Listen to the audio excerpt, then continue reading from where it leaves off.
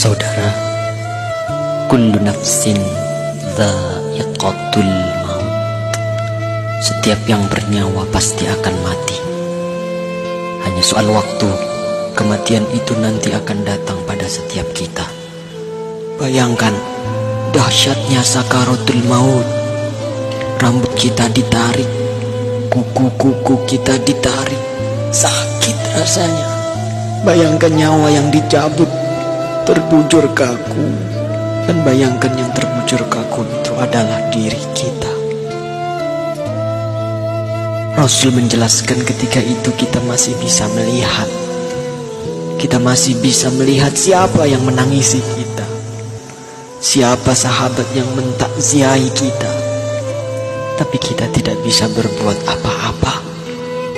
Kita tidak bisa bicara, tidak bisa bergerak. Lalu kita dimandikan. Bayangkan itulah diri kita yang sedang dimandikan. Air mengguyur tubuh kita yang selama ini kita bisa mandi sendiri, tapi sekarang harus dimandikan. Dan kita menyaksikan siapa yang memandikan jasad kita. Bersyukur kalau yang memandikan itu adalah anak-anak kita. Sementara kita belum mengajarkan anak-anak kita untuk itu. Ya Allah. Kemudian kita dikafani. Kemudian kita disolati. Kemudian kita digotong, dibawa ke kuburan. Rasul menjelaskan kalau yang dibawa itu mayit yang soleh, maka mayit yang soleh itu akan berkata. Tapi ketika itu tidak ada seorang pun yang bisa mendengarnya, kecuali malaikat dan hewan-hewan. Manusia dan jin tidak bisa mendengar perkataan mayit. Rasul memberitahu kepada kita, mayit yang soleh itu akan berkata, Asri'ni ila baiti, ya Allah, percepat aku ya Allah, percepat aku ke rumahku ya Allah. Dia sudah melihat surga Allah. Dia sudah melihat surga karena kesolehan di dunia selama ini. Subhanallah. Tapi sebaliknya, ketika mayit itu mayit yang banyak maksiat, mayit yang selama di dunia suka mengumbar aurat, pembunuh, perusak, penipu, koruptor, ya Allah. Mayit itu akan berkata, Aina tadhabun? Mau dibawa kemana aku ini? Berhenti, berhenti. Tapi tidak ada yang mendengarnya. Ibunya tidak bisa mendengarnya. Ayahnya tidak bisa menolongnya. Teman-temannya tidak bisa berbuat apa-apa. Dan terus ia dibawa ke dalam kuburnya. Subhanallah. Saudara, semua kita akan masuk ke dalam galian lubang tanah 2 meter.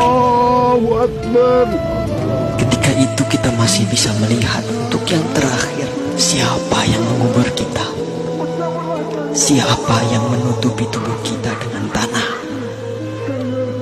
Mungkin keluarga kita, mungkin tetangga-tetangga kita, atau sahabat-sahabat kita. Tapi begitu selesai kita dikubur, orang-orang yang kita cintai, orang-orang yang dulu selalu bersama kita, orang-orang yang dulu selalu menemani kita, semuanya pulang. Semuanya pulang meninggalkan kita sendirian di kubur. Maka kita merasakan kesedihan, takut, gelisah. Tapi kita tidak bisa pulang mengikuti mereka. Kita hanya bisa mendengar langkah kaki mereka saat semua orang pulang meninggalkan kita sendirian di kubur. Astagfirullah. Di dalam kubur, darah, daging, tulang, belulang hancur. Sempit, gelap, rumah ular, rumah tanpa alas, rumah kesendirian. tempat kita akan ditanyai perbuatan kita selama hidup di dunia. Itulah kubur. Saat itu tidak ada yang bisa menolong kita. Tidak ada kekuasaan lagi. Tidak ada harta yang melimpah lagi. Tidak ada keluarga yang kita sayangi lagi. Tidak ada pengawal yang setia lagi. Allah Akbar, Allah Akbar, Allah Akbar. Tapi alhamdulillah, kita bersyukur karena kita masih hidup, saudara. Hari ini kita masih hidup, kita belum mati. Berarti Allah masih sayang pada kita. Allah masih memberi kesempatan kepada kita untuk bertaubat. Allah masih beri kita waktu untuk beribadah sebanyak-banyaknya. Maka inilah saatnya. Inilah saatnya kita untuk bertaubat, saudaraku. Inilah saatnya kita untuk berjanji taat, saudara. Saatnya untuk kita berhenti melakukan kemaksiatan. Saatnya untuk kita berhenti melakukan kezaliman. Saatnya kita membahagiakan keluarga kita, istri kita, suami kita, orang tua kita, anak cucu kita. Saatnya kita berbuat baik untuk negeri yang tercinta ini. Saatnya kita berdakwah. Manfaatkan sisa umur ini untuk menebar kebaikan di sekitar kita. Karena kita tidak tahu kapan kita akan kembali kepada Sang Pencipta kehidupan, Allah Subhanahu wa ta'ala. Katakanlah, sesungguhnya kematian yang kamu lari daripadanya, ia pasti menemui kamu. Kemudian kamu akan dikembalikan kepada Allah yang mengetahui gaib dan yang nyata. Lalu dia beritakan kepadamu apa yang telah kamu kerjakan. Surah Al-Jumu'ah ayat 8. Semoga Allah mewafatkan kita dalam keadaan husnul khatimah.